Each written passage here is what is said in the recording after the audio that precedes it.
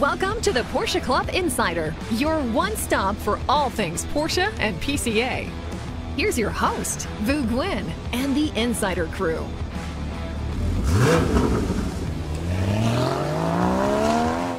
Well, hello everyone, and welcome to episode 74. We are at PCA's national headquarters. The table is mixed up a little bit. Of course, we have Manny to my left as opposed to normally on my right. Robert's always on the controls, but we have some special guests here that Manny scooped up from BWI Airport. These folks are from Porsche Cars North America, Atlanta home base, but longtime friends of PCA because we've known them, and we talked about this earlier this morning. It's so cool to know how you guys have come up the PCA ladder, or PCNA ladder, right?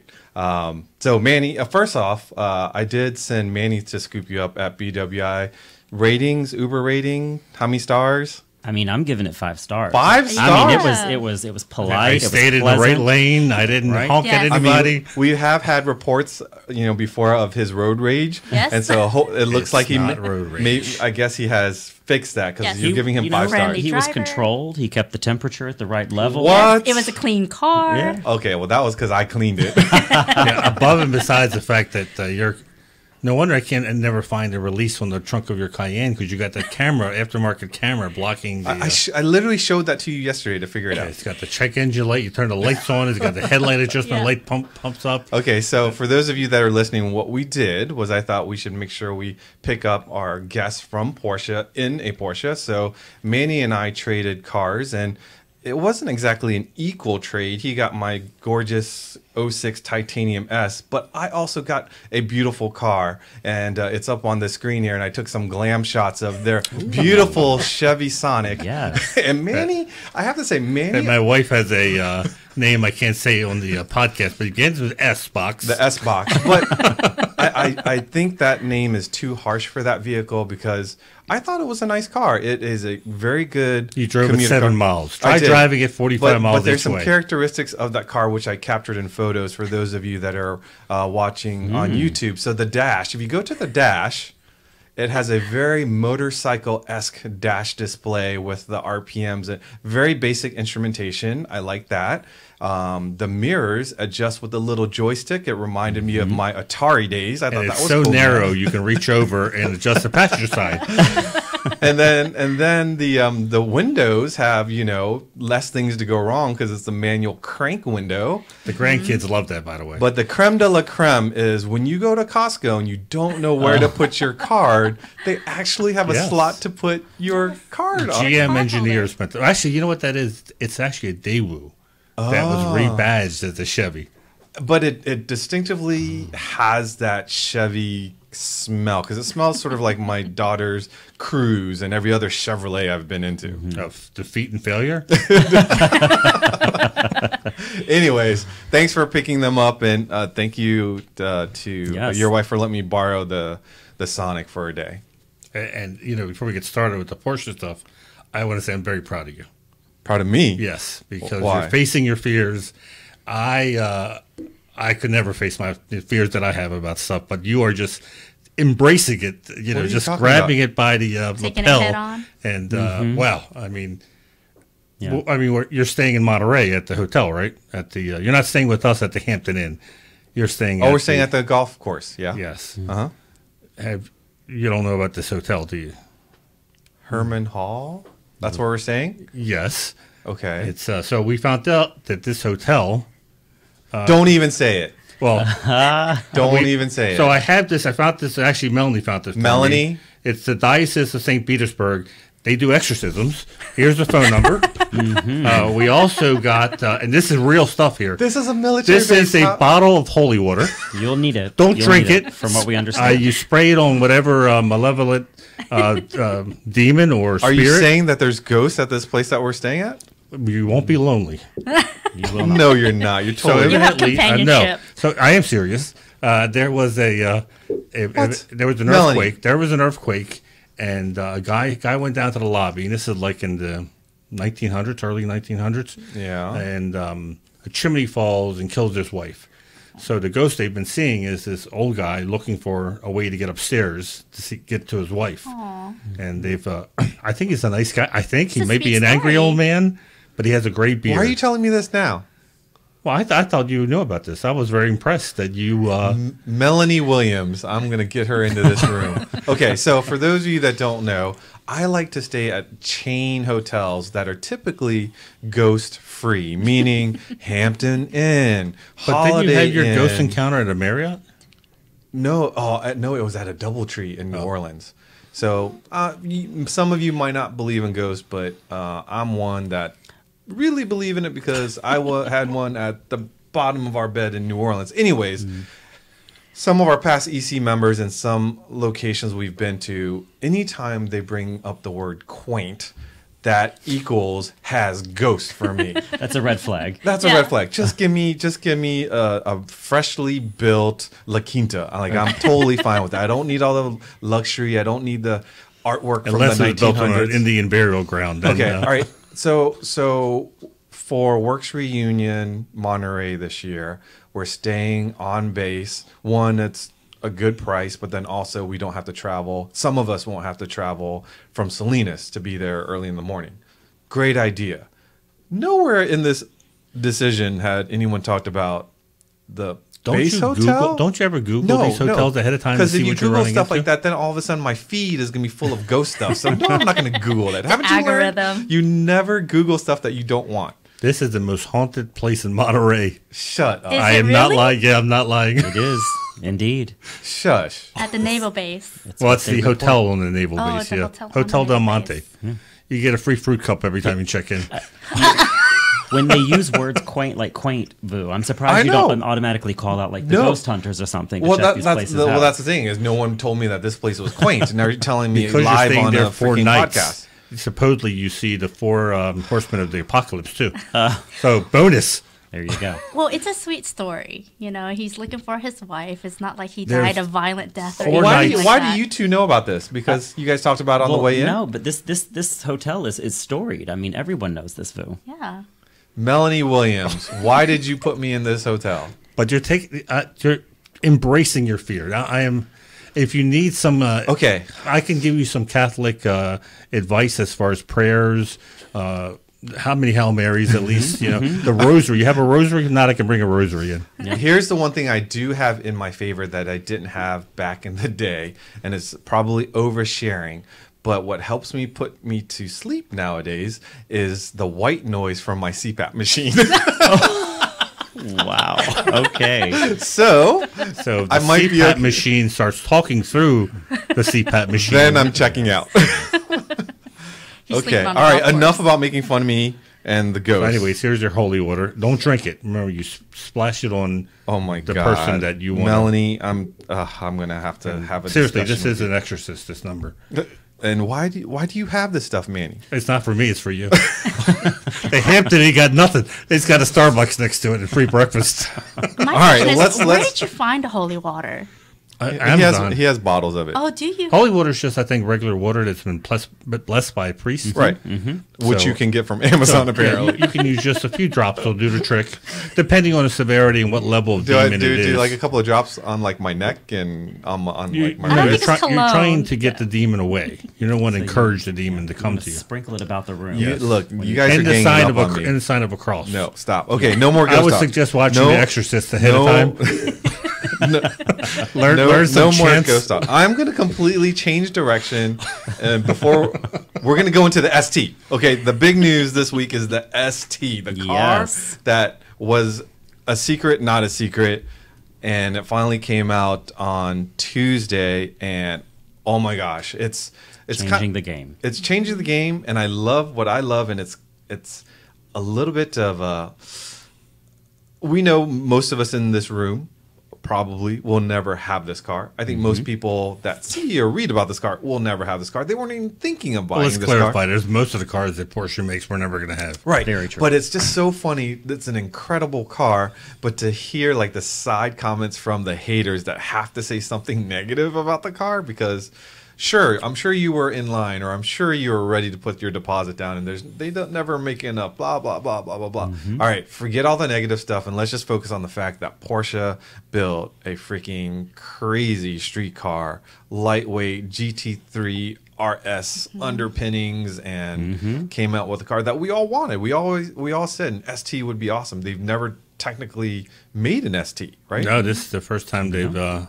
The name's always been around. Yeah. And for those who don't know, it was basically in the early 70s. They would order a 911T because it was a lighter body, and then get the S drivetrain and S suspension, and that's where the S/T Sport Touring comes into play.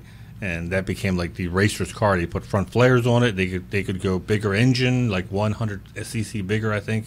So they took the 2.4, made it 2.5. They could go wider in the front. It was basically a car that people went club racing with or sports car racing.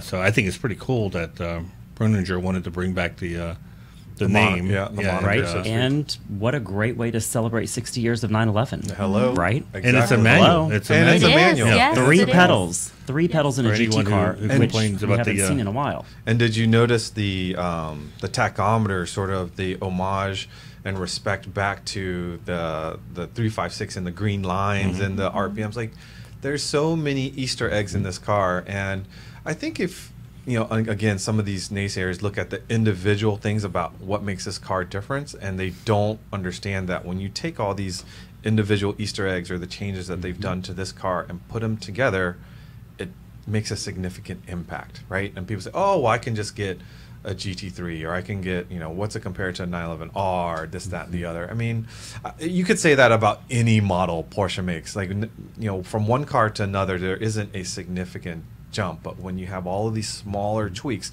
like take the Carrera T's and the Macan T's, when you take all these smaller tweaks, you come up with a car that really has a significant different characteristic, right? So kudos to them, and I'm glad. Because of timing wise, is it safe to say that we won't see it in Monterey, but we will see it at Rennsport? Yeah, I do think that's probably fair to say. Okay, because I'm thinking, because I saw the Spider RS and the Thank God you're saying it, because in my head I'm going, are we allowed to talk about this?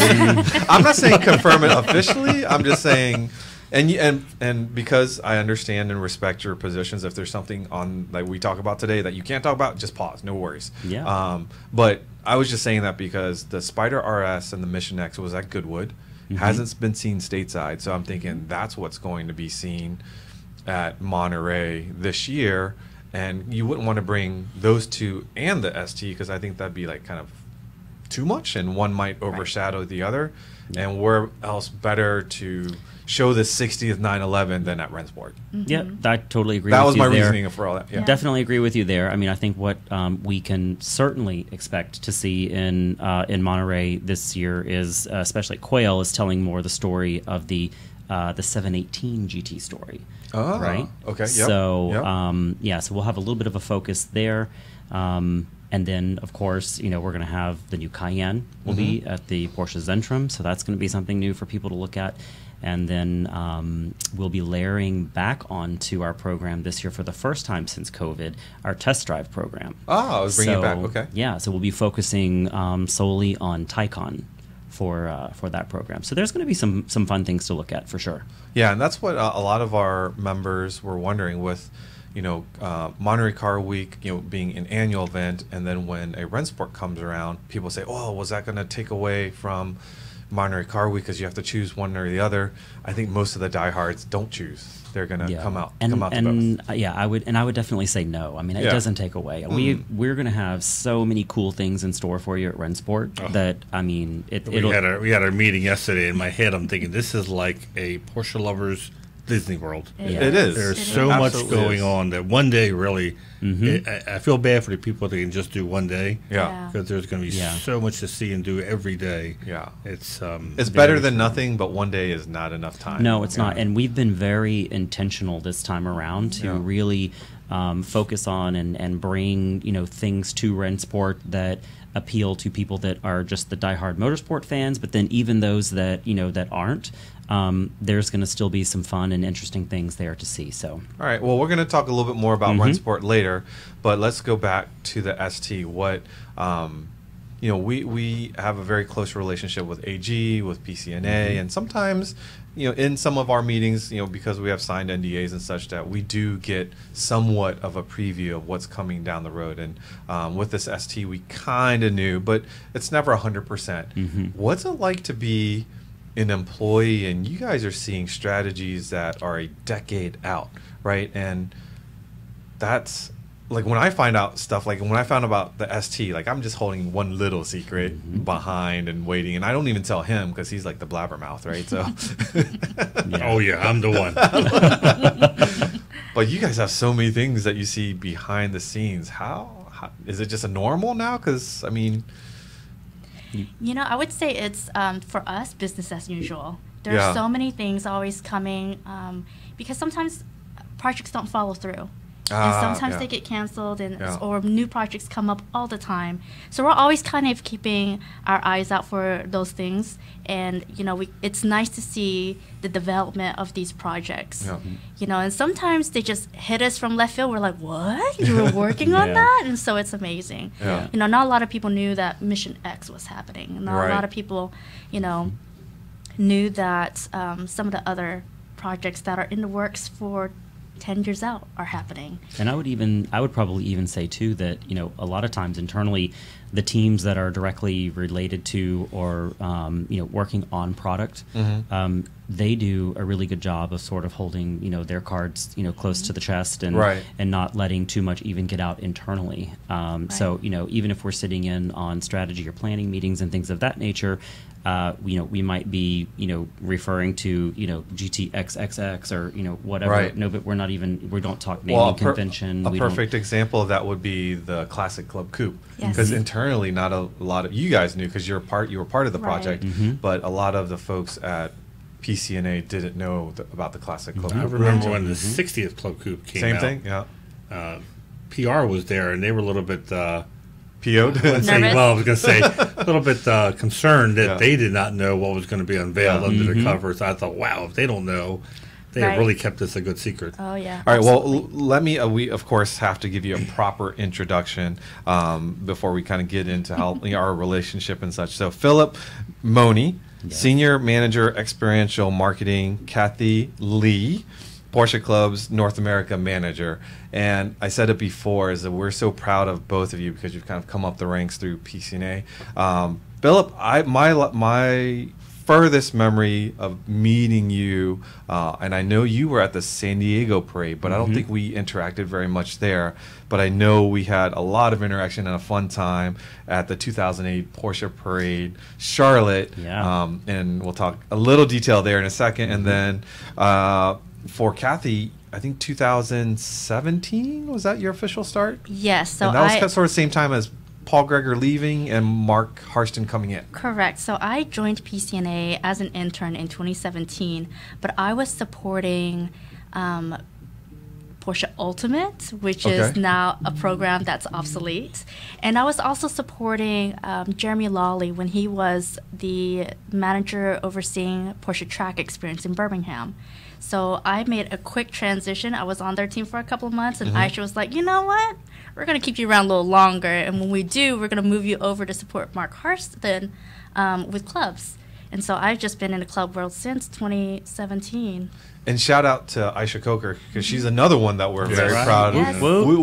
Aisha, if you're listening, we're so proud of you. Like, I remember we were hustling at Porsche Plots, moving tables, and we were doing whatever it takes to make it happen. And again, all of you we're so proud. So back to Charlotte, the reason why I probably have the strongest memories of you is because Hans-Peter Porsche joined us at Charlotte. Manny made it memorable because he had his dramatic medical heart attack. Heart attack. I remember that. You remember that? I remember that. That was the start of our parade. Anything to get out of a meeting. But we're obviously big fans of Hans-Peter Porsche, and he's a close, dear person to PCA. But he's also, a dear friend for you. And I think even in the middle of meetings, he was calling you out for stuff. Oh yeah. He was always popping in and that sort of thing. And like I was saying earlier, that I remember specifically when we were in one of our meetings in I think it was San Diego. And this head like pops in the door, and he's like pointing at me, and I'm just like, okay, me. And he's what motioning. did I do? Yeah, he's like motioning, like, come on, and literally pulls me out of the meeting, and we go down the hall to the slot car room, that's more important. and we race slot cars for like the next hour. Yeah, and I just okay, I mean, and that's what's so cool about the family is yes, they did because some of them kind of take a backseat role now, but they're true enthusiasts, and down to earth, right? Yeah, very approachable. I think Manny hustled Hans-Peter Porsche at the bar in Charlotte. Well, what happened was we were watching the European Cup, I think, and we meeting right. Hans-Peter and his little group of people were in front of us, and we were just happened to be sitting at the bar. And I'm not a soccer watcher. I watch American football. But Hans-Peter wasn't going to know this. But the guy that was with us sitting in our group knew a lot, so he's explaining to us, and he's explaining how this is Argentina's second showing at this cup, and it'd be really cool if they won because Germany's won several times. Yeah, and I'm a big Messi fan. I'm just saying. I think it might have been before Messi. Yeah, really. What am I saying? I don't know. He might have been on the he's trying to hustle you guys now. Right. Anyways, so Germany loses and Argentina wins, and later that night we're having a banquet and it's a buffet. So Hans-Peter happens to be right behind me in the buffet line. So I turn around and I said, that was a heartbreaker for Germany today. And he goes, yeah. He says, but I'm very happy that Argentina won. It's their first time. And I turn around and go, no, it's actually their second. They won in 1961. And he pauses. He states it like he's a connoisseur. Yeah. and he pauses and he goes, you're right. You're very knowledgeable. I go, well, have a good dinner. And I walk away because I'm thinking if he asks me one more question, this is all I got. Yeah. So I think to this day he thinks I'm a soccer connoisseur. Oh, I love that. That's Manny so does that in so many aspects of his life. And not just that. Just remember one thing. So back to the ST. What's it been like since the reveal of the car? I mean, it's 1,963 units, I believe. You're bringing how many allocations to give away at the PCA tent? all of them. All right, there we go. All of them. You heard it here. So how is that to deal with? Because from you read things online and probably other podcasts as well. Oh, they're only bringing 1,963 units or making them. Only so many are coming to the States. They're probably all sold. Is that true? Can you say? I mean, I wouldn't say that they're all sold, but there's enough interest. It's going to be a hot car, sought after, right? And there will always be more demand than we can fill. Yeah, that's a fact. So it'll come down to the dealers working their own individual customer lists and with their customers to determine who it is that will get to purchase the vehicle. And it's very, I would say, scientific, or there's statistics and data as to how those allocations are given out to dealers. Some people seem to think, oh, I just happen to have a great relationship. This dealer has a great relationship with PCNA or whatever, and they think that they can get more than others. But I got to imagine you can't do it that way. You have to do it very fairly so that dealers who are able to sell and who probably move the appropriate amount of volume, they're going to get what is statistically correct. Yeah, I mean, that's absolutely correct. Right? I mean, it is, it's based on sales and, share of nation and all other kinds of calculations that, are, implemented to make it fair and equitable for all the dealers, in the country. As an enthusiast, I just really appreciate the fact that the company comes out with these cars, like the Sport Classic. I mean, if they wanted to, they could just build 911s, regular GTS for the rest of the year and make a ton of money. But I think they're knowing the people at Porsche that we know, they're enthusiasts too. So the fact they bring back the ST name, and not just a name, but they live up to what made the ST special. What it stands for. Yeah, they make this manually shifted GT3 RS. The Sport Classic, they create all new tooling so the rear fenders don't show intakes. All this stuff relocate. It's just not we'll put pretty graphics on the car and put it out as a special edition. They make these really special cars. that, hey, if I get to see one in person, that's great. I don't think I'm going to be lining up to buy one. Yeah. And I realize that there's people that get angry because they can't buy one, but that's what makes the car so desirable. So, Manny, I'm going to put you on the spot. For those that haven't read the press release or seen information on the ST, can you give us like just the key highlights about that car? Well, it's really like the GT3 RS Touring.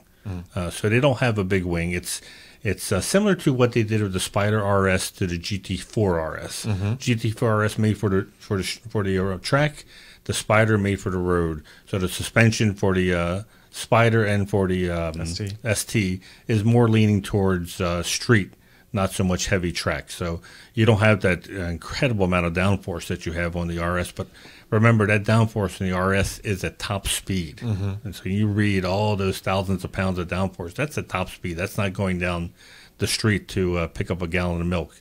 I think the Touring is going to become very popular because anyone who doesn't want to drive around with that Cessna wing in the back of their car, it's very subtle, and that's what makes the Touring so special. The biggest thing is that it's a manually shifted car, just like the Sport Classic. It's an enthusiast car. So everyone who complains that the RS you can't shift, here's a car that you can shift. And then, if I'm not mistaken, also shifting, but then also clutch and so lightweight. We call it a lightweight clutch, which we assume is a lightweight flywheel. The Sport Classic had that too, and I found that very easy to maneuver. It's not like a racing clutch, right? Where it spools up super fast, but it also comes back down. So, but the Sport Classic that I drove was very, very easy to drive and very pleasurable. A lot of fun on the country roads. Is it a track car? There's other cars that you would probably use for the track car. You could, though, like any other Porsche. But for sure. You probably but for have everyday driving, it's I don't think you're going to notice one bit the downforce difference between that and the RS. The RS is an incredible car because they've essentially built a race car for the street. Yeah. I mean, the fact you can adjust all these dampers and each corner on the fly, which you can't even do in a cup car, to me, once again, shows the enthusiasts that are building these cars, because it'd be very easy not to do that and just to put a big wing and say, okay, this is an RS. Sure. But they went to town and almost, I know they haven't announced it, but when they come out with the GT2 RS, which we know if we follow Porsche's evolution, that's going to come out at some point. That's going to be these two are looking away. We cannot confirm nor deny. Just blink. Ow! Why did you just kick me in the shin? But I think your point is great, Manny. I mean, it's the car. I mean, it's a track capable car, but it was really built with the road in mind, right? I mean, that was really the intention behind it. So I think they did a fantastic job. I think it's going to be a fun drive. I mean, I've driven a GT3 RS, I've driven a GT2 RS, and with PDK, and they are spectacular. But I can't imagine how fun and engaging rowing manual gears with that power plant on the street. Again, that might be seen. That's only one little change, and people forget how much enjoyment that could possibly bring on the road. It's when was the last time we saw a manual transmission in a GT car? Well, the great thing is you don't have to buy a GT car to get a manual transmission. No. I had a member call up and say, I'm looking at the Porsche's website. I want to buy a 911. I want to buy base, but I can't get manual. Get the T. And I said, move over one to the T. Yep. And he's like, what's that? I said, the T is an enthusiast car that's manual. It's a base model, but it's manually shifted. Plus, it comes with other things. It's lighter weight. And I think it was like 5 hours later, he sent me a note saying, I just ordered one. Yeah. Because I didn't realize that there was a T, but thanks for telling me. Yeah. But, so you don't have to spend GT3 RS money to get a manually shifted 911, which is something our friends in Maranello don't offer. Right. Well, everything's automatic. Kudos or to dual Porsche. Clutch. I mean, if they wanted life and business to be easier, it would be much easier to just offer PDK and everything, right? And that's one less stock keeping unit for transmission and but to find out, not only do they obviously still make manual transmission cars, but I'm happy to have heard that especially in the T's that the take rate for manuals are still very, very high. Yeah. Yep. Whereas other manufacturers, they probably didn't have that take rate, so they were like, okay, you know what, we're just going to scrap the whole manual transmission program. But diehards, Porsche enthusiasts are still willing to buy and that's how you vote. You vote with your wallet. If you want manuals to survive, you got to buy them. Right. And I think if you were just at the factory last week, I don't think the factory floor is waiting for business. No. They're pretty busy, so it's not like Porsche is intentionally holding back production just to create a demand. When Volker, the head of motorsports for North America, told us he has to beg for allocations, somebody didn't believe me and said, I can't believe that. I'm like, no. I'm like, there's a long line. There's exclusive bar assist people. When they come out with special, they're waiting for their turn. And, the line only can run so much. Yeah. And not only that, but supplies. Right. Because like PTS, and we love PTS. We love these different colors.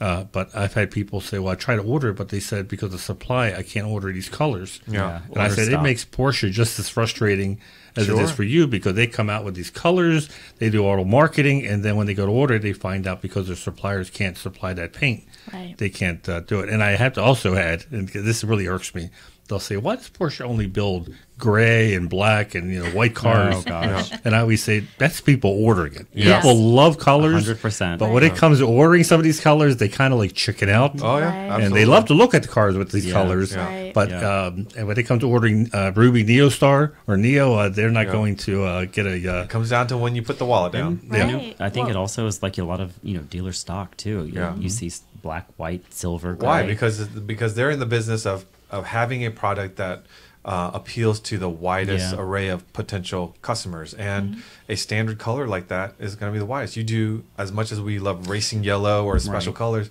that's a small segment of people. Or is the take rate on those colors so high because that's just what's available, or Yeah. Well, a lot of now the dealers, at least for two doors. We've gone to several grand openings, and they don't have any two doors. That it isn't like 10 years ago when the lot was filled with. 10 years ago, 15 years ago, I remember Porsche would come to us and say, "What would it take for Americans to order their Porsches and not buy them off the showroom lot?" And we said, "Well, we're conditioned to drive to the dealer, and we want to come home that night with a new car." And the salespeople are trying to push you to buy something, not to order something. Right. It's America. It's America. But now they've gotten their wish because of supply.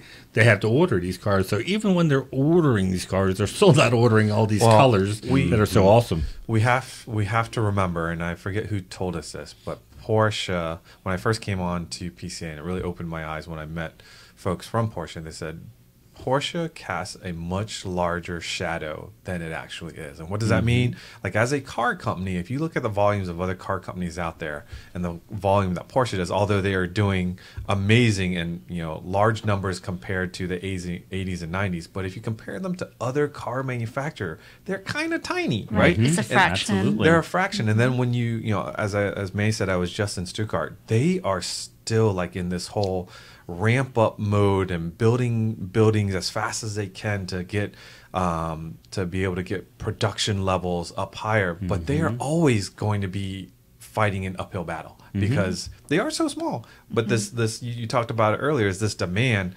and because they're so focused and they carry their heritage and the cars are what they are. I mean, we're starting to sound too much like fans, but it's just the truth is demand way over supply, and that's always going to be the case. And people forget that. People think that they're like Ford or GM, just pump out more cars. They're not perfect. I still complain about their cup holders and navigation.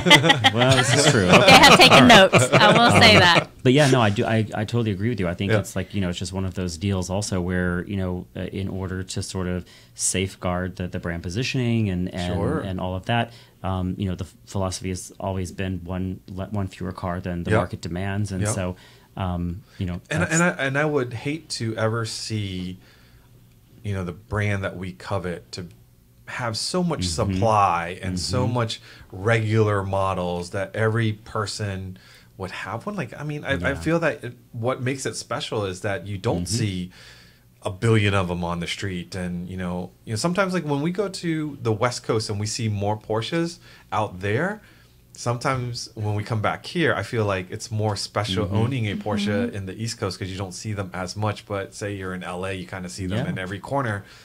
like I like the specialness of a Porsche. That's why I dreamt about it. Not everybody had one, and you had this sort of secret thing that you're trying to go after. So, anyways, just getting into. I'm very happy that the manufacturer we love comes out with these special cars, and to me, knowing the people at Weissach and Stuttgart, that it's enthusiasts. They're as excited as we are that these cars. When I was first given like a preview of the ST, I think like 4 years ago, the person telling me was so excited that they were going to be coming out with this special car, and it makes you happy that and it wasn't you that they were going to be reviving this. He never gives me credit. No credit. Never ever gives me credit.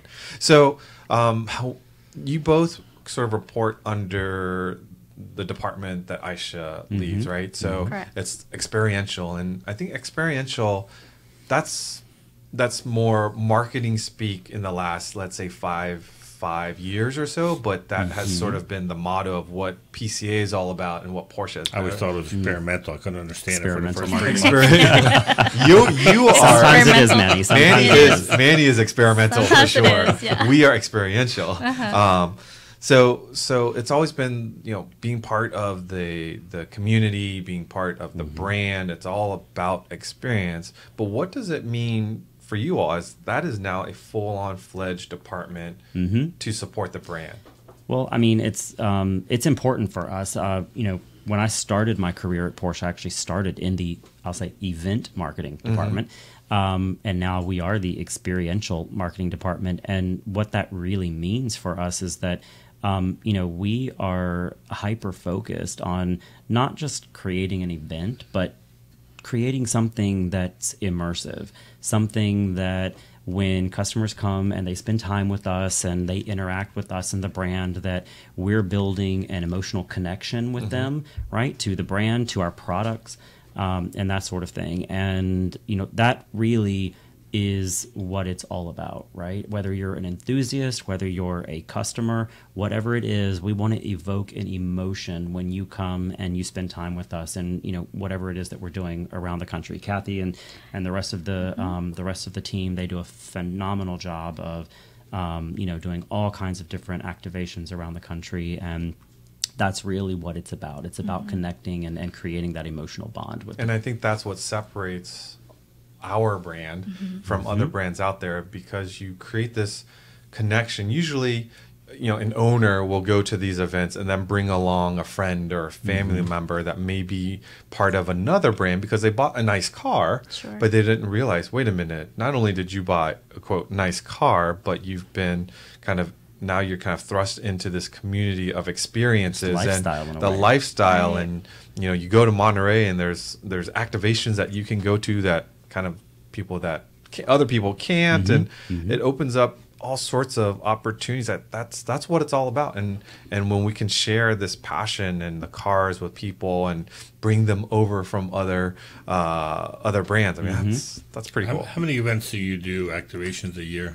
Oh wow! I mean, we're probably doing, if you include motorsport clubs, what we do in sports marketing, what we do in brand marketing, I mean, we're probably somewhere around, I would say, 30 or so in a year. But they're, for a team our size, you talk about the, kind of the shadow that we cast. Right. And what we do as a team with the number of people that we have, we've got about 12 people on the experiential marketing team, and they're responsible for doing everything that we do across the year. And that's why we know you so well, because all of these events, you're all at them. It's always the same people. Yeah, absolutely. Absolutely. I explained to someone who wanted to know why Rennsport didn't happen every year.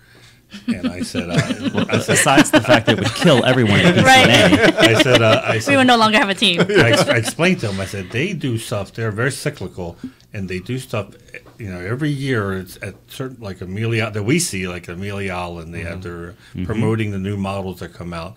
And I said, that's their schedule's filled up with that. Yeah. And you throw in Rennsport, and this is not like they had the summer off and now they got time to do something. Right. It's on top of everything else that we do. Pretty big wrench they throw into the works. Right. Even though they've done it before, it's still it'd be us doing 2 parades in 1 year. Oh, If we were telling you that, unreasonable. Yeah. it would be Unreasonable. like in full panic Absolutely. mode. If we Right, Unreasonable. right. Yeah. Well, I was just thinking about what you were saying, and I think this is where the shift and the change of the consumer market, right? Because the younger buyers are more looking towards the brand and their values versus what are you going to sell me today? Mhm. Oh, yeah, and for sure. it's more, and that's why I think, enthusiasts like the PCA, it makes sense for a brand like ours because the enthusiasts of the PCA, the clubs, the communities, they get it. They know what we stand for, and everything that we've done.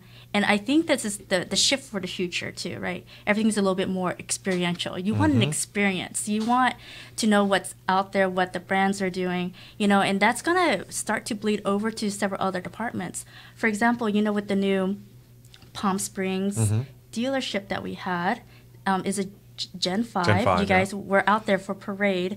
We no longer are calling them dealerships. We're now calling them Porsche centers because it really is very much an experience when you walk in there, right? Destination. Yeah. Exactly, it's a destination, and so that's what I mean when I say everything's kind of starting to bleed towards the other different departments because everything in itself is not just marketing that we do; it's all experiential.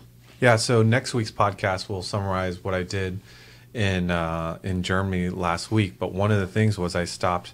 So if you've been to the museum in the past 5 years or so, there used to be a dealership across the street. They've completely wiped that out, and it's actually a new facility. I believe it's for the paint shop. Again, trying to increase productivity for the facility. But what they have done is in downtown Stuttgart, there's I forget, they call it a brand shop or brand. Yeah, it's a Studio? Brand studio. Yeah, like a of brand sorts. studio, Yeah. kind of like a pop-up. Yeah, Yeah. it's like a Mhm. pop up. It's So I a was like, I've studio. never seen Yeah. that. So we went Yeah. down there. No cars in the showroom. No, there is Okay. two Yeah. cars. There was a classic car, and then there was and I'll show you pictures next week. A new Cayenne, but it was like an immersive. I know recently the Barbie movie was Right. put out, Big so deal. like the inside of this pop up shop felt like it was all colors, and there was a Fuchs wheel that was as probably 10 feet in diameter, and just it was artistic. It was definitely Instagram worthy. Yes. It wasn't large. Nobody was there to say, hey, you need to buy this Cayenne, Right. because there was not a lot of cars, but people were there. Right. If you went in and said, hey, this is cool, and can I buy a car? There was someone there, right? Like Right. it's Yeah. like the experience was Yeah. first and foremost. Selling you a car was, if you were interested, we'll sell you a car. And you're going to start seeing this evolution of these experiential, Yeah. areas in the next few Yeah, years, and I think for sure. customers nowadays too, Manny and I, when we're talking to friends that are looking at cars, a lot of them have built their cars on the configurator. Like they know exactly what they want. They don't necessarily need a dealer to Yeah. kind of show them the way. They know. Right. So a shop like that, you just go in and say, here's my build code. I'd like to buy that. And maybe there are a couple of things that they talk about, but it's a completely different transaction from, I remember like as a kid, my dad would be like, Yeah. well, let's go to the, But I think that's because the premise of that location, that brand hub, if you want to call it that, brand pop-up, is, it's not maybe necessarily selling per se, but more so providing a place where anybody off the street can come in and have an interaction with us and have an experience with us, whether you're an owner or an enthusiast or just somebody that's passing by and says, oh, I want to check this out. and that's exactly what it was. Yeah, and People there's- were in there just taking photos of Porsche Yeah. things. And Right. And what's cool too, I don't know if you know this or not, but they actually refresh that every, I don't know if it's monthly or if it's every couple of months or whatever, but they actually refresh the whole entire face. space. So it changes. you're killing me. Yeah. You're killing me. So you're going You have to go back to Germany. Yeah. Are you going to turn and burn that 10-foot diameter Fuchs wheel? Because I know a place Right. where I can put it. Yeah. Not here. All right, let's get into Rennsport, what we are all excited for. And I Yes. know with all of your regular duties of the year, but this is above and beyond. And Right. Manny, we've been fortunate enough to attend past Rennsports, and I think it's always told to us is you're never guaranteed that there will be another one. But thankfully, Rennsport 7 will be here in September. Will it be the last one? Who knows? But we're gonna go to this one. No, and, don't get that rumor started. Right. But you don't know because it is such. Yeah. I mean, the first one I went to was the same one that you went to. Was at Daytona number three, which back then wasn't amazing. Really? You didn't do two? 3 was my first one, and it was an amazing event. But it has evolved and become bigger and just more legendary. Like I don't know, how you guys Name me one other auto manufacturer that can pull this off of this size. No, that's I it. can't That's think hard of to do, anything. right? That's it. Even Yeah. Harley Davidson, which is motorcycle, but I still challenge you to have a manufacturer-based event. Yeah. Where it's 4 days of just celebrating. Yeah. I think tell you, Toyota would sell a limb to be able to get this kind of enthusiasm for one brand. And you think back to number 3, like where we started, right? Yeah. You and I started, and I think I heard that year they had maybe 2,000 people that showed up. Yeah. And in 2018, Yeah. we saw 80,000 people come Plus. through the racetrack. Right. So, And this is why we can't do it every year. exactly. Right. This is exactly why we can't do it every Right. year. Yeah. So So it makes it special to not doing it every year. Absolutely. Really Yeah. special. Yeah. I mean, we have so many events that we do every year that we enjoy and love.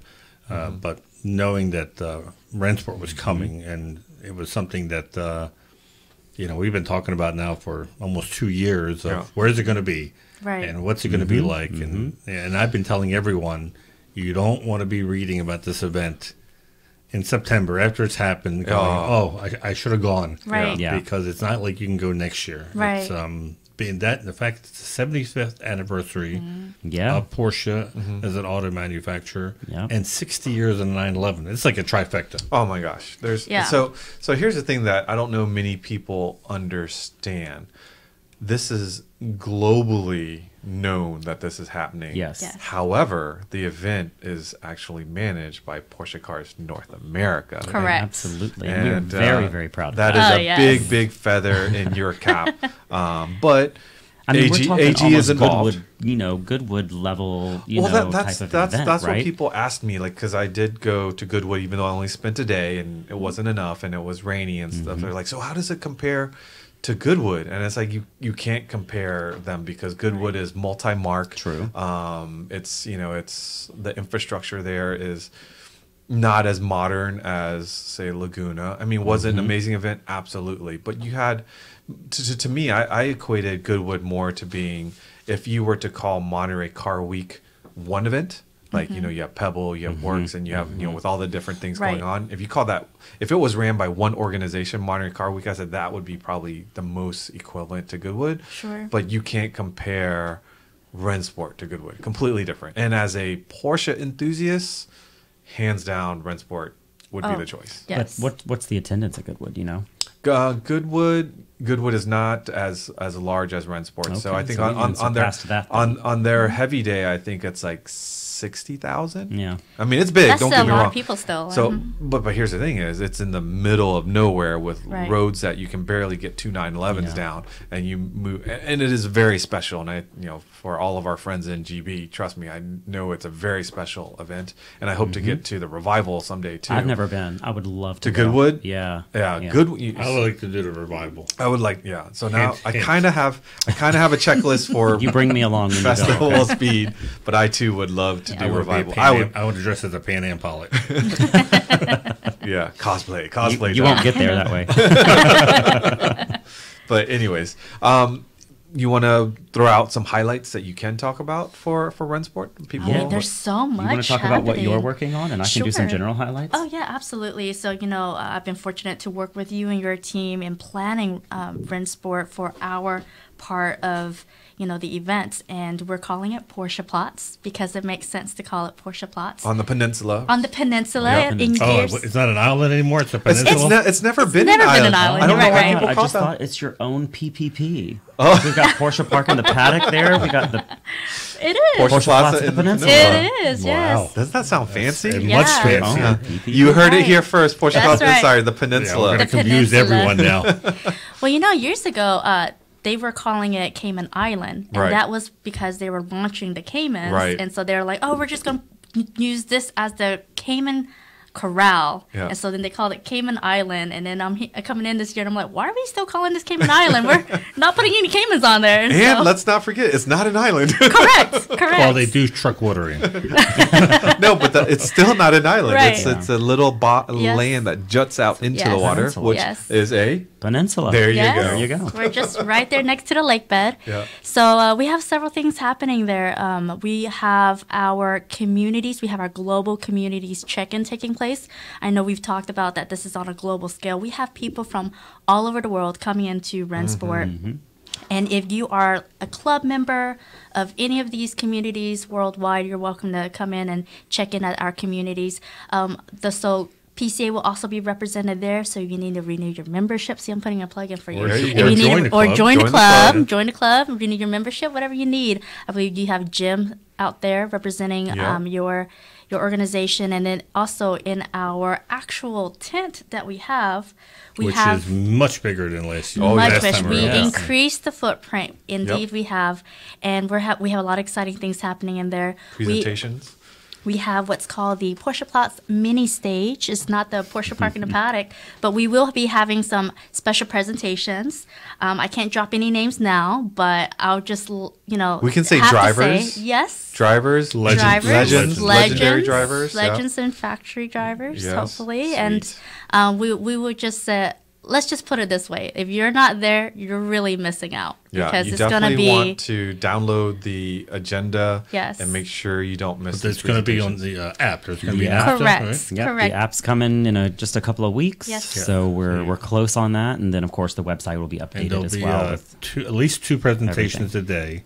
And for me, that's my favorite part because I always say the cars are always going to be there. Right. But the people who made the car legendary, and we're talking drivers, engineers, Correct. personalities from Porsche, people you've read about, will be there. And some of my best memories are listening to these guys talk about what it was like to drive Oh, yeah. back in the 60s, 70s, 80s. They have the best stories. And they're unfiltered. Yeah. and We don't have the whole entire PR team there. Maybe so we because just, we're in a tent, we're not out in the public and like in the main paddock area. They feel like no one's really listening, and Yeah. but it's very insightful about Right. hearing, just what it was like to race these the cars. golden back in the day. ages. Right. Yes, it's like 45 minutes, but it goes by so fast, It and does. they take questions from the audience, and once again, if you even if you don't know that much about Porsche history, you'll come out almost an expert by the time you've finished Rennsport. fascinating to talk about for sure, or Right. to talk with them. Sure. Yeah. And you know what's fun about that is that we've actually sat down, went through the list, and we've paired them accordingly, where we know that it's just going to be a fun time with those guys yeah. up on stage, just There's- kind of talking about. Manny and I good old days. think about how many wonderful stories, and unfortunately, some legendary drivers won't be with us this time.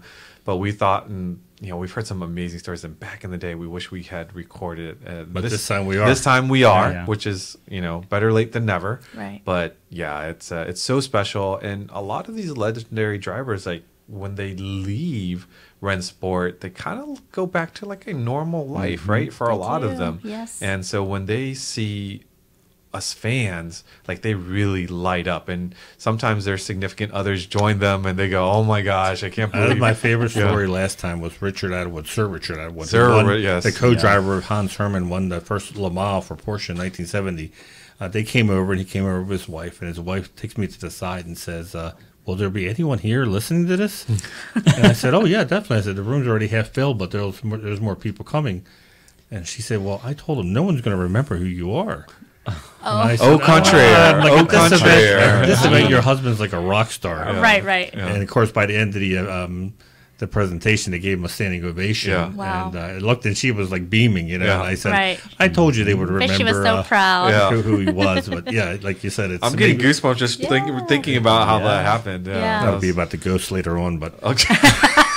Damn you, Manny. but it's that, and so we have that, but we have even more going on. Oh, yeah. So we're really excited about this. So, in 2018, we had about 80,000 people come out, and we hosted autograph sessions right by the main stage. And the autograph sessions are only open for about an hour twice a day. And the line wraps around the track. Correct. And you might not have the opportunity. You could be standing in line for maybe an hour and a half before the autograph session starts because people just don't want to miss the opportunity. Right. But now we're giving you another opportunity this year, and we are hosting an additional autograph station over at the Porsche Plots. So if you couldn't make it over by the main stage to get an autograph, come over to Porsche Plots. We're going to have another time frame for autograph sessions. So it's going to be another hour twice a day. So we'll just kind of, we're not going to do it at the same time because we want people to have the opportunity. If they can't go to one, they can go to the other. So every day during Rennsport, we have 2 sessions a day for autographs from legend and factory drivers. I love all of the updates and the new things that are happening, over in the club area this time around. There's a lot, for people to actually get over there and see and do.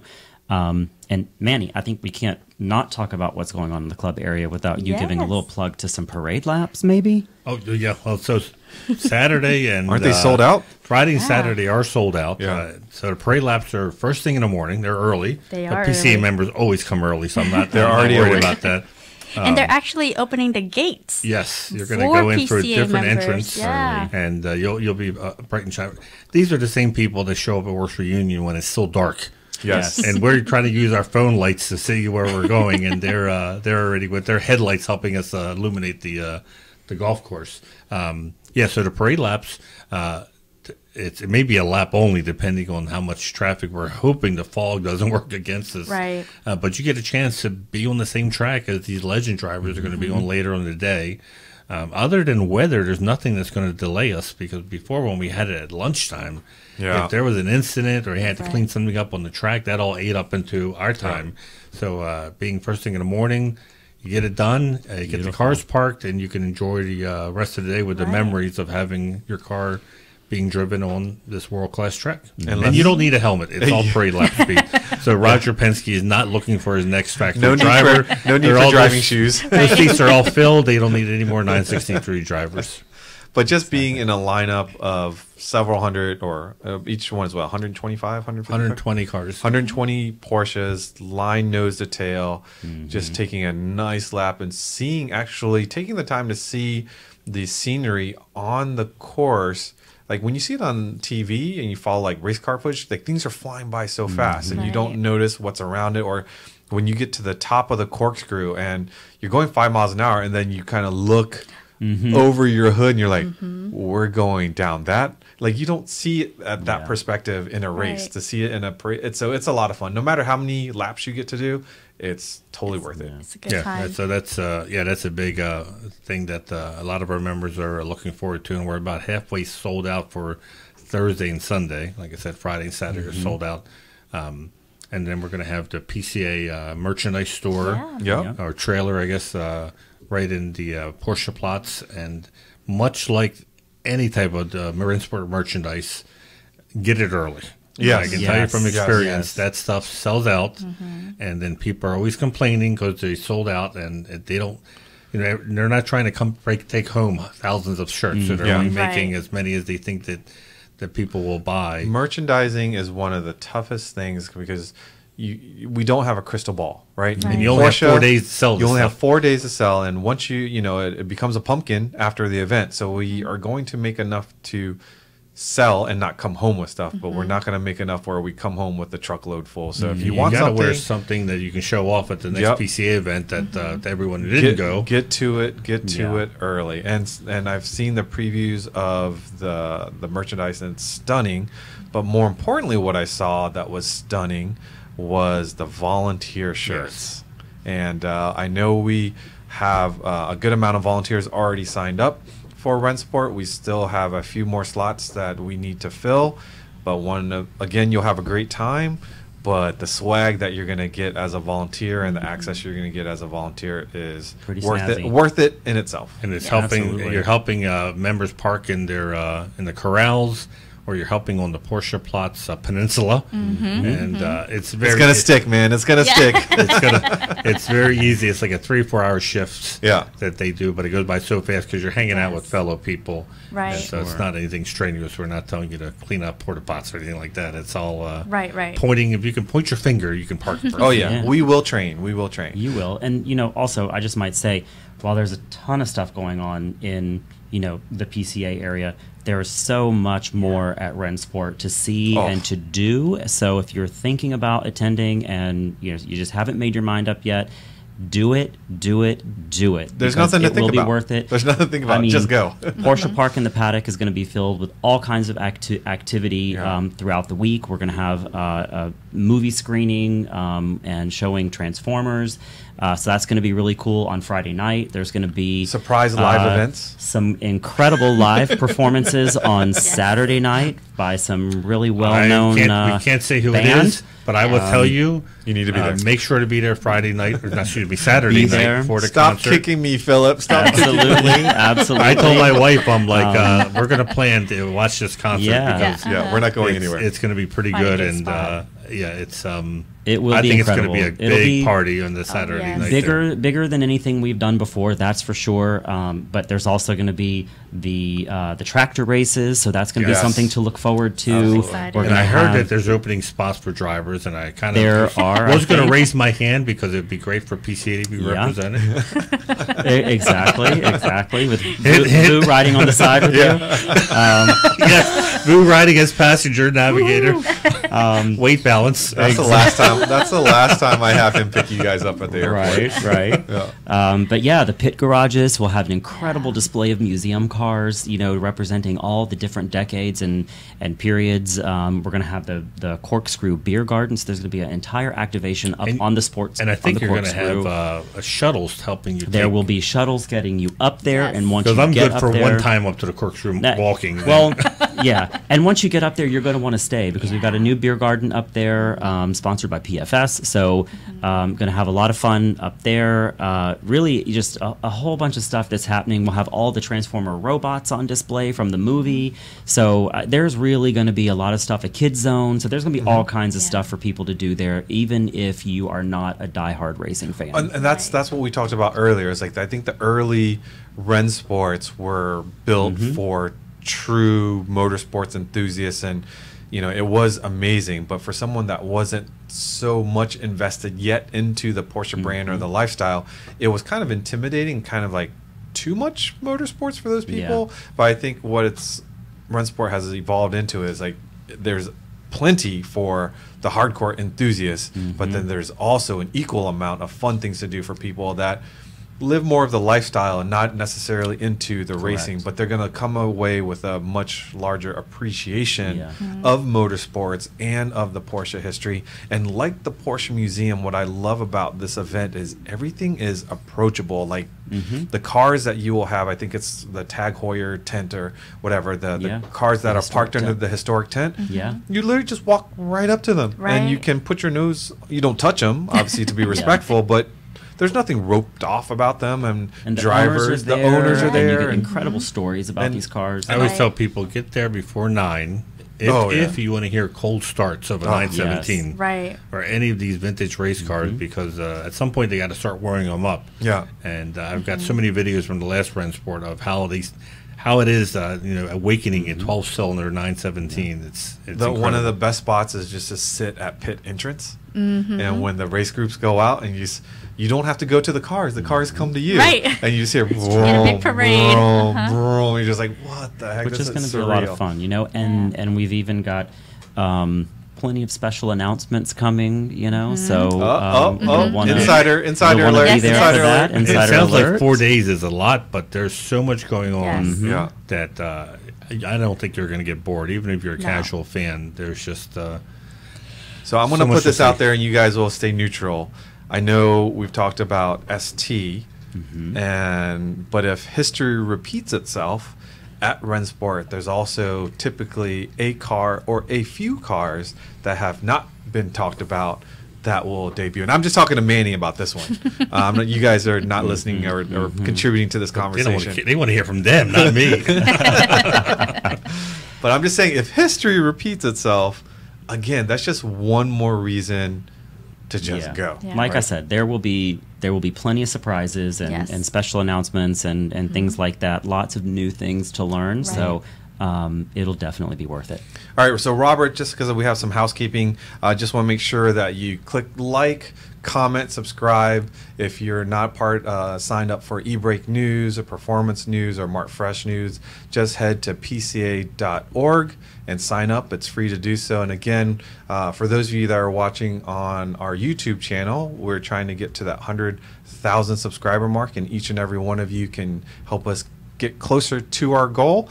We should at least maybe hit one or two news items before we sign off. And I knew this would go really quickly, and hours flown by. But let's talk about the what I think is the gorgeous Macan, the electric, and how aggressive and cool it looks. Yeah, so they came out with some spy photos that they say virtually uncamouflaged. Looks so good. I don't know how true that is. Really good. But so if good. it is, it looks good because it doesn't look like an electric car. No, that front grille is very much like a sport design. Yeah, it's aggressive grill. Well, Right? you know. It's taking the design language from Taycan. Yeah. Right? Yep. So we see the kind of those. So we know that it's not going to headlights. be a cold turkey transition. It's going to be still gas. Two power chains available. Yeah, Yep. exactly. And I think, But that will not be the case for Cayman Boxers. Cayman Boxers will be cold turkey.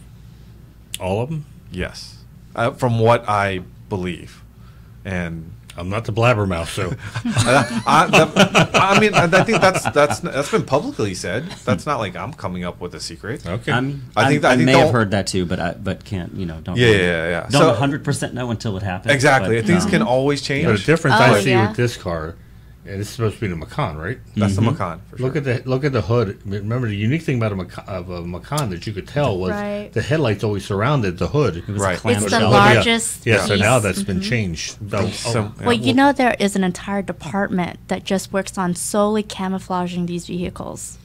we should have them. no. on. An entire We should have them department. Yes. Yeah, but like you said, a lot of the design language is sort of starting to shift, especially for battery electric vehicles in our arsenal towards that Taycan look with the similar headlights and that sort of thing. And So the charger is in the rear. If that's really the Yeah. charger, and that's not camouflage. It's usually the charger's always in the front. in the front fender. Yeah, that's interesting. I don't know if that Well, will you be know, the case. in my I'm currently in a Cayenne E hybrid, Uh-huh. and my charger's in the back. It is? Oh, okay. Well, Manny has said this from the beginning when, EV started to kind of enter our world, is if any manufacturer is going to continue to make driving fun and making it keeping it a passionate vehicle, it's going to be Porsche, no matter what the powertrain. And I know, or I assume that the dual offering of combustion engine and electrical or electric version of the Macans is because it's maybe a transition period.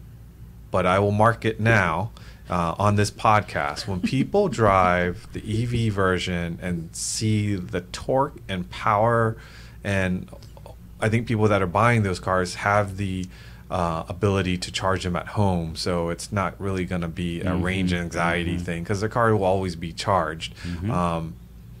You're going to be like, why did I even worry whether or not I was going to miss combustion engine? Right. Because if you drive a car that's got instant torque, It's true. tons It's of true. horsepower, less things to go wrong on it. Again, I'm starting to sound like I'm pro I mean, I EV. feel I'm like- not. I'm just saying I'm pro cool car, regardless of the power plant. Right. And that whole range anxiety topic, I mean, it lasts It for is. like a week once you've got the car, right? Yeah. I mean, when you theoretically think about I leave my house every single day with a full tank of gas, Yeah. Right. Well, and the thing is, what about when I travel across country? How often do you do that, sir or Right. madam? And if is you it the do, only car they you have. have? Yeah. Right. And if you do Probably it 2 not. or 3 times a year, there's Yeah, the long trip right now is the Yeah. because you have to admit that the Tesla charging network is incredible. Yeah. And Electrify America leaves a lot to be desired, but they're still working that out. And to me, that's still the beginning of. Look how many times when the iPhone first came out, you carried a charger with you everywhere you went, and you got to the Yes. airport, you look for outlets. Yeah. But now every seat in the airport has a outlet now. Yeah, but not only that, but it's they last longer too. Yes. Mass, So, yeah. exactly. It's like everything else in I've been using CD players because when I went into the job world, CD players were the brand new thing, And then people couldn't believe they're going to replace records because there were so many records. Yeah. And now you talk to kids, they're like, CDs. Now CDs are ancient and everything's streaming. It's, or even what's an iPod or what's an MP3. All right, so iPods aren't cool anymore. All right, so again, we talked about if you're interested in registering to be a volunteer at Rennsport Reunion, you can do so at Motorsports Reg. Open house is also coming up, so you can register. I believe we have a few more slots available. September 9th is the event, and we host about 600 people at headquarters here. It's a fun event, barbecue. Yes, please register. It's free. It's free, but you have to register. Because we decide to put the wristbands for people who get the free lunch because we're reaching capacity. You don't want to be like, oh, I always just showed up. Yeah, don't just show up. And it's not because we don't want you. It's just that we have to, keep things order and understand, there is such a thing as too many people. There's enough for everyone. Right? Yeah, exactly. Parade laps, Manny talked about. Anything else before we sign off? Thank you so much, you guys, for coming. And I hope you enjoyed. We did a little nickel tour of PCA National Headquarters. I can't believe it's been taking this long for you two to come up. I can't believe this is our first visit. What did you think? What did you think of headquarters? It's so interesting because when we pulled up and the building is, the red brick on the outside, my first thought was that was a post office. So you're going for that look. Is that just the streets in the back of the driveway? I think it's amazing what you guys have done to your space here, and I can't believe that you guys continue to expand. And I know you need to expand some more. And it's amazing how much you guys have grown. And we were talking about how, when you first started at PCA, you had just a little conference room and no desk, any resources. I didn't even have a laptop. I had a computer that was on the conference room table. Yeah. And if I wanted to transfer files, I had to save it to a floppy and then actually give it to someone. I have not heard the word floppy. Floppy disk in a long time. Floppy disk in a long time. Right. Yeah. No, but from my side, just want to say I also can't believe it's taken me, this long to get up here to see you guys. But the office is incredible. Loved the tour and being here. But more importantly, just want to say, thank you to PCA for everything that you guys do for us. We love supporting you. And to be honest, a lot of times it is it's the club members and our customers and enthusiasts that really, I think, inspire us on the event side to do the things that we do on a daily basis, and is what keeps us going when we're having to push hard and grind to to get things done. So we appreciate your support, and we love being part of what you do, and we love having you being a part of what we do. And our success goes hand in hand with the relationship that we have with you all, the things that we have access to, the things that you give heads up, and you often invite us to the table for our members' opinions on certain things that are coming down the road.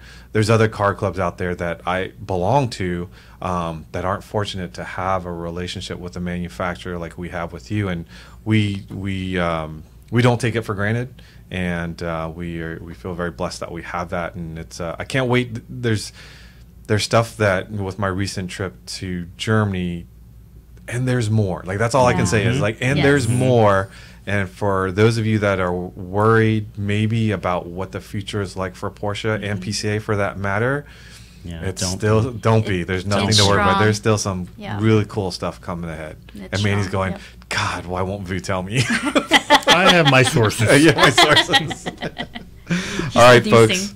So thanks for listening. If you aren't currently a PCA member and you own a Porsche, what are you waiting for? Grab that VIN, head to PCA.org, and we'll set you up. If you're looking for your first Porsche, we also have the test drive program.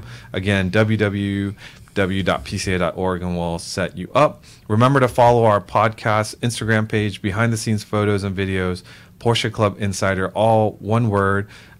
Email us if you have a question, podcast@pca.org. Remember, all the newsletters, it is free to join. Until next time, stay safe, and we'll catch you down the road.